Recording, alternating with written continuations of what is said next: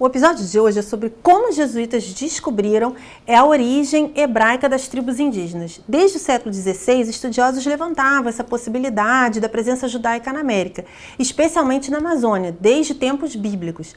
Claro que as teses migratórias negariam a origem autóctone dos índios. Tem um pesquisador chamado Nicolau Datsu, que era um jesuíta, que foi enviado em 1587 para conversar com os índios e converter. Na região da Argentina, ele encontrou uma tribo que preservava alguns costumes hebraicos, né? E eles, quando perguntados por que eles faziam circuncisão, responderam que da mesma forma que seus ancestrais. Na mesma região foram encontradas facas de pedras usadas para circuncisão. Em 1974, conforme um artigo que foi publicado na revista Maariv, foram encontradas pedras redondas com uma menorá sobre a pedra, escrito Pesach, né?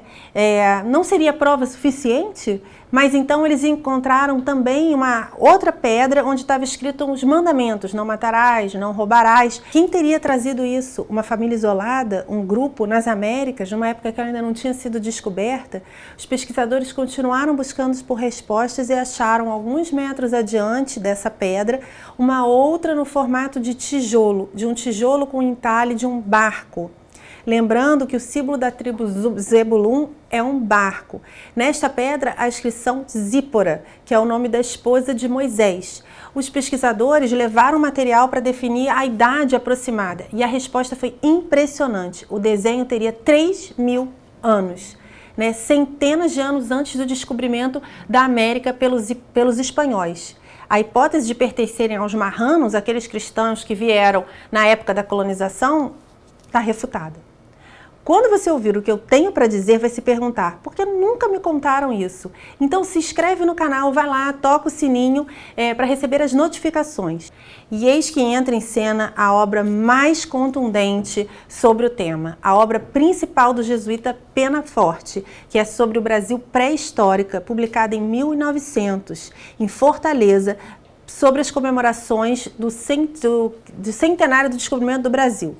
Na obra, ele tentou encontrar a chave para o problema das nossas origens a partir de um enfoque linguístico. O método, Penaforte utilizava tábuas genealógicas e de migração como prova primitiva após o dilúvio universal. Sim, o dilúvio, na suposição de que os primeiros habitantes da América em geral e do Brasil em particular, esse é o momento para tudo, fossem descendentes do Sem bíblico e de que posteriormente os hebreus, no tempo do rei Salomão, teriam chegado à Amazônia à procura de ouro, madeira, pedras preciosas para o templo de Jerusalém. O autor chega ao ponto de apelidar a essa parte do Brasil de Solimônia, ou seja, o Império de Salomão, o que eu vou falar no próximo vídeo, então se inscreve aí e fica ligado. A verdade é que contaram a história do Brasil errada, mas por agora vamos falar do dilúvio. Será que o dilúvio poderia ser uma palavra usada na antiguidade para descrever tsunami? The Ararat Anomaly, an unidentified arc-sized formation near the mountaintop.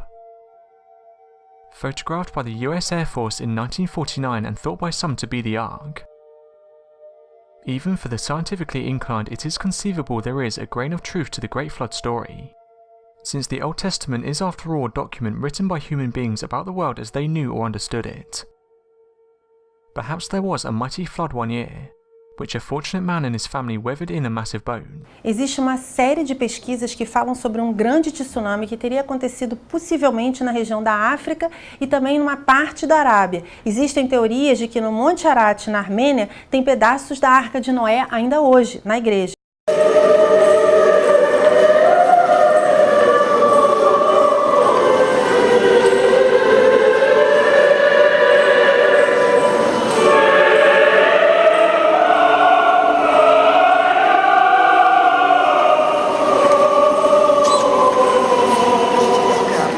Depois a gente vai fazer um vídeo sobre turismo na Armênia com os blogueiros parceiros do canal. Então volta aqui que tá denso.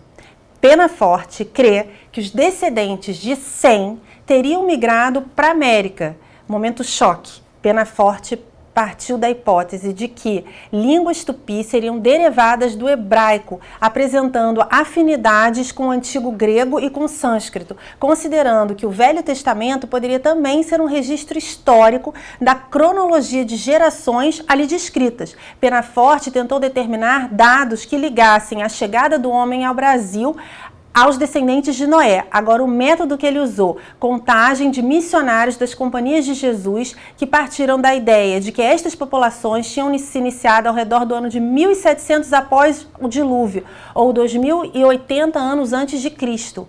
O autor via como comprovado que o primeiro estabelecido no Brasil havia sido Ofir, aquele das minas de Ofir, do rei Salomão na Bíblia, né? E que ele seria neto de Éver, que no Velho Testamento é citado no contexto do relato sobre os descendentes de Noé, em Gênesis 10, 29 a 1 Crônicas 1, 23.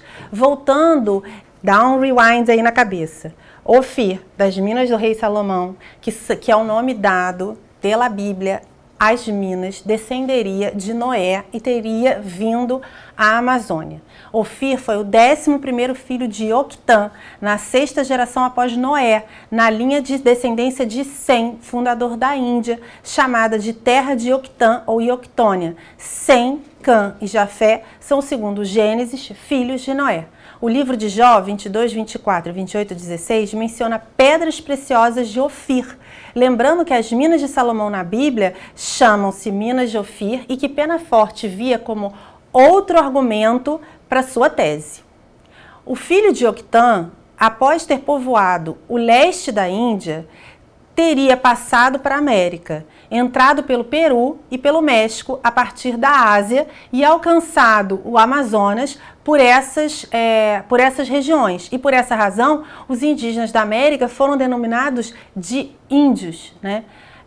Vou ler um trechinho desse livro de um autor que se chama Bispo, de 2009. O termo Ofir, Alfir ou Ofir, que em hebraico queria dizer fim, poderia ser entendido como Finis Índia, ou seja, a última região desconhecida do mundo. O conceito de Amerígio ou América significaria também o fim da terra, ou os limites últimos da Índia Oriental. A palavra não seria derivada do nome de Américo Vespucci, mas teria suas raízes gregas e significaria um país muito longe, né? Isso apareceu numa revista científica arcádio-americana. O Brasil teria sido assim colonizado pelos filhos de Octã ou Ofir, né? Assim como pelos seus descendentes. Então os índios não teriam mais uma origem autóctone no país. Penaforte dá uma origem hebraico-fenício aos índios Passe da Amazônia, Pasque, Pesse ou Passe, que vem da forma aramaica Pascá e do hebraico Passak. Eu não sei se estou falando certo, mas já está escrito aqui embaixo, que significa passagem, que se espalhou ou passou além. Origem da palavra Páscoa judaica. E Páscoa também cristã. Será que os jesuítas estariam nos dando uma nova história do Brasil com uma presença judaica jamais imaginada? Fiquem ligados aí na parte 2, semana que vem, sobre a origem hebraica dos índios da Amazônia. Se inscreve no canal, toca o sininho, compartilha no Facebook, manda para aquele grupo de Zap que só fala besteira e fica ligado na parte 2, semana que vem.